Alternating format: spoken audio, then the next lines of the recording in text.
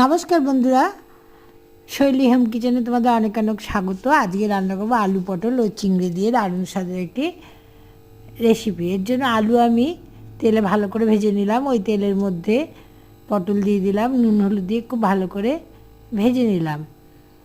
এখন এর মধ্যে আমি চিংড়ি মাছগুলো দিয়ে দেবো। জিরে ফোড়ন এবং শুকনো লঙ্কা ফোড়ন দিয়ে চিংড়ি মাছগুলো দিয়ে দিলাম। এখানে পেঁয়াজ রসুন আদা কাঁচা লঙ্কা ও জিরে বাটা দিয়ে দিলাম। পরিমাণ মতো নুন ও হলুদ দিয়ে দিলাম।